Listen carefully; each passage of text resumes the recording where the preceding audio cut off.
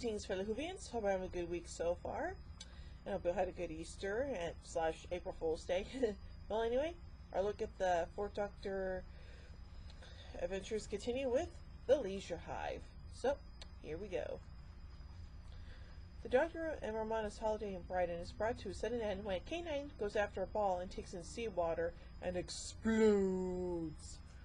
And instead adventure to the Leisure Hive of Argolis, a holiday complex peace message built by the surviving Argolan following their devastating 20-minute war with the Fomazi 40 years earlier.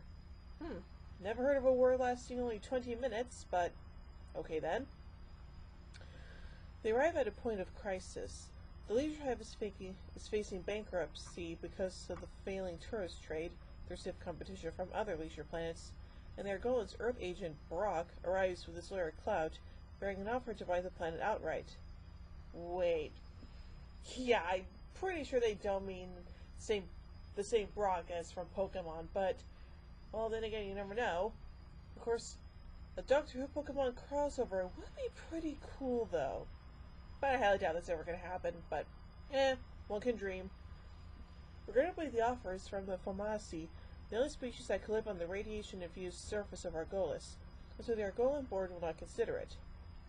Hit by the shock of events, the aging board chairman Works succumbs to a rapid death, the Argolan war curse events still their degradation, and his consort Mena is declared the new chairman. The Doctor is intrigued by the mutilation of the tachyon and the Hive's tachyon recreation generator, which is the main tourist attraction, and is able to duplicate and manipulate organic matter. He witnesses the generator kill a human tourist after it has been sabotaged, the latest in a series of acts of willful damage. No sooner has Mana returned to Argolis to replace her spouse than her own body clock begins to speed up, one of the side effects of the radiation-heavy atmosphere.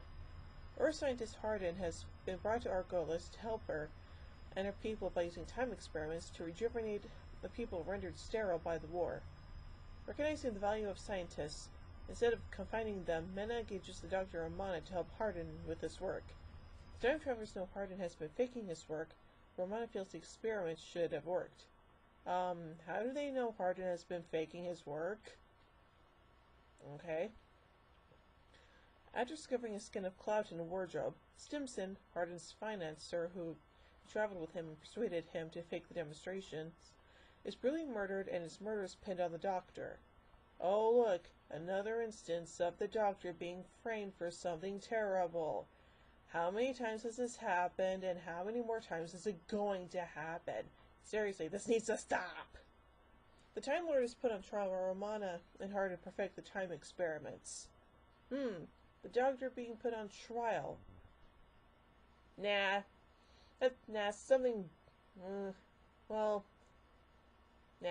that's not foreshadowing any serious storylines later on down the road, because this is totally different from that one season. Anyway. Just in time, they manage it and succeed in bargaining the Doctor's freedom. However, after they leave, the hourglass of their experiment shatters. Mena wants to be the first guinea pig for the time experiment due to a worsening condition, but the Doctor is instead selected for the final experiment. As he's inside the machine, there is a malfunction and he emerges 500 years older, an old man with flowing white hair. Yes. Too bad it's not the same flowing white hair as Saruman or Gandalf, because, well, that would have been awesome. Pangol, Mena's son, is the most warlike and vindictive of the Argolan and orders the Doctor and Romana to be confined, fastening special collars on them to limit their movements within the hive. Hardin later frees them, which is when the slow-witted Doctor sees something odd in the name of the recreation chamber. Romana sees it too eventually. Recreation, the repeated creation of things or people. Good call. The three of them, sneaking back to the recreation room, find that certain of the Argolans, led by Pangol, are performing dangerous experiments, trying to perfect some secret project using the entertainment as a blind. Meanwhile, Brock and Cloud bring a new offer from a mysterious organization calling themselves the West Lodge. It is then, in tearing up the offer, that Pangol reveals the secret of his past and the reason that he is the only young Argolan in the Hive. He was the only successful, undeformed child of a cloning experiment meant to save the Argolan using the recreation generator. But Pangol has been driven insane by hatred of the Fomasi and a xenophobic fear of all aliens. Lust after a war-forged empire like their ancestor Theron, who started the war and doomed the Argolan to extinction. He needs an alien witness to cease taking Menace's place after her death, at the beginning of what he called the New Argolis. Meanwhile, the Doctor, Romana, and Hardin have found Fomasi agents in the Hive and escort them to the council chamber, where the agents reveal Brock and Cloud to be Fomasi impersonators. The lead agent reveals the West Lodge to be a hounded criminal group who needed Argolis as the base of operations. With the leader Brock captured, the organization was doomed to fold and the Fomasi prepare to take the rogues for trial. Pangol refuses to let them pass, and, taking the helm of Theron, an agent's a sacred symbol on Argolis, reminding the Argolans to espouse peace and understanding, and rallying the Argolans to his cause. The Doctor, seeing what Pangol is up to, takes the randomizer from the TARDIS and attaches it to the recreation chamber, hoping to destabilize the mechanism. How do you know that's gonna work? Seriously. Romana tries to stop Pangol from using the generator, but she cannot persuade him or the Argolans to stop the madness. The Fomasi shuttle tries to leave and is destroyed by Pangol before he dons the helmet of Theron and uses the generator to create an army of Tachyon replicas, creating an obedient and renewable army to rebuild the Argolan race. He orders Romana to be put outside, while Hardin finds Mena dying and carries her to the generator room. As Romana is taken, the clone Pangols are revealed to be merely Tachyon images of the rejuvenated Doctor built up in a FIFO stack, first in, first out. She and the first Doctor to emerge. The real Doctor, but go back to the generator room, where Hardin has put Mena into a recreation chamber. Pangol, enraged that the Doctor has failed his first attempt to create an army, goes back into the generator, which closes behind him. The Doctor reveals that he set the machine on rejuvenate, but it cannot be stopped. Pangol and Mena seem to be merging, so the Doctor grabs the helmet of Theron and throws it into the visualizing crystal, stopping the mechanism. Mena exits rejuvenated, holding Pangol, as her goes back to being a baby.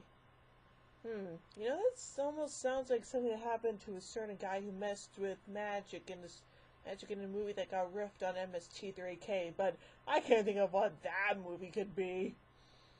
It is now that the Fomasi agents make their appearance and reveal that the West Lodge criminals tried to escape in the shuttle. So, in the words of the Doctor, Brock and Cloud are kaput. Against Romana's wishes, the Doctor leaves the Argolan and Fomasi to make up and the randomizer attached to the recreation generator, thus leaving the TARDIS and time travelers vulnerable from the Black Guardian. Yeah, well, it's a good thing we don't have to deal with the Black Guardian again, because that would be really weird, wouldn't it? Actually, yeah, we do end up seeing the Black Guardian again in season 20, so I should probably just move on and talk about the production elements of this story. Working titles for the story included the Argolans and Avalon. Writer David Fisher conceived of the Fomasi as a race of organized criminals.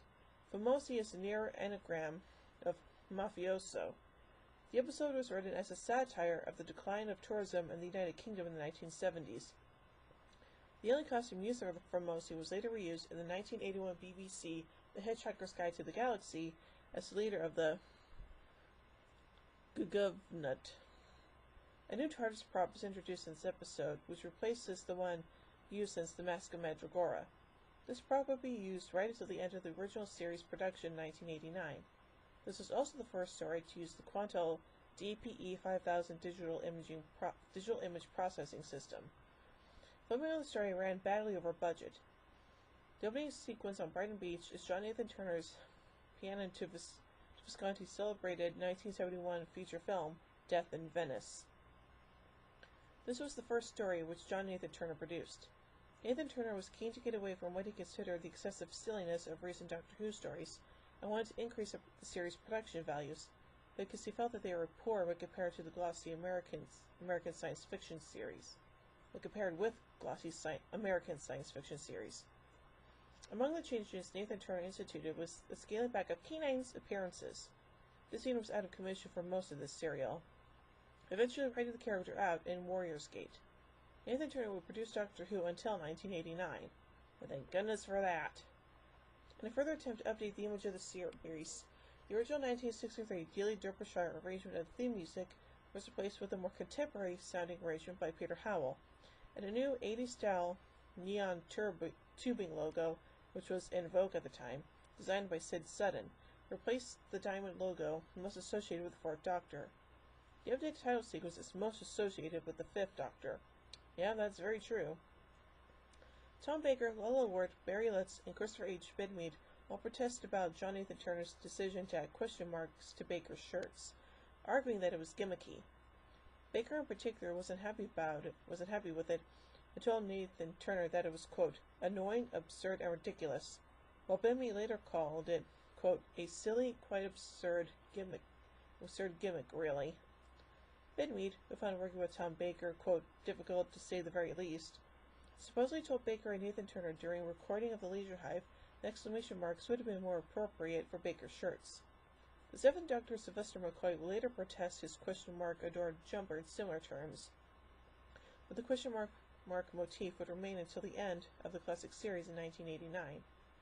Baker also disliked his new scarf, requesting that his old multicolored one be reinstated, but expressed gratitude to costume designer June Hudson for refusing to adhere to Nathan Turner's demands to ditch the trademark scarf altogether, and managing to find a compromise. Well, that's good. The show stars took exception to many of John Nathan Turner's other changes as well, with Tom Baker and Lola Ward criticizing the change in theme music and opening titles. Baker also criticized the newly synthesized incidental music, comparing it unfavorably with Dudley Simpson's earlier scores. Ward later complained that Nathan Turner had, quote, removed all the lovely humor, while Baker said that he wanted the scripts to improve and regain some of the quality of those of the Philip Hinchcliffe era, as he felt that the quality of the scripts and storylines had declined under Graham Williams. He later said that he felt such improvements did not by and large occur, and that most of Nathan Turner's changes were either cosmetic or misguided. Many of the new special effects introduced in this story were never used again to the extent on display here. Yeah, that's true. Lawrence Payne had previously played Johnny Ringo in the Gunfighters, and later played Dastari in The Two Doctors. So, yeah, overall a pretty interesting story and an interesting introduction to the Nathan Turner era of the show. And yeah, like I said, Nathan Turner would be in charge of the show until 1989 when it got canceled, so yeah. But still, overall, this story's not really all that bad, and, well, it's just kind of interesting, I guess you could say. So, overall, I give The Leisure Hive 3 sonic screwdrivers out of 5. Well, join me next time as we take a look at Meglos. So, until then, this is Sophie and Queen saying, oh my giddy aunt, when I say run, run! Of inverse polarity of the neutron flow. Would you like a jelly baby? Fantastic! Allons-y! Geronimo! Bow ties are cool, vests are cool, and Stetsons are cool.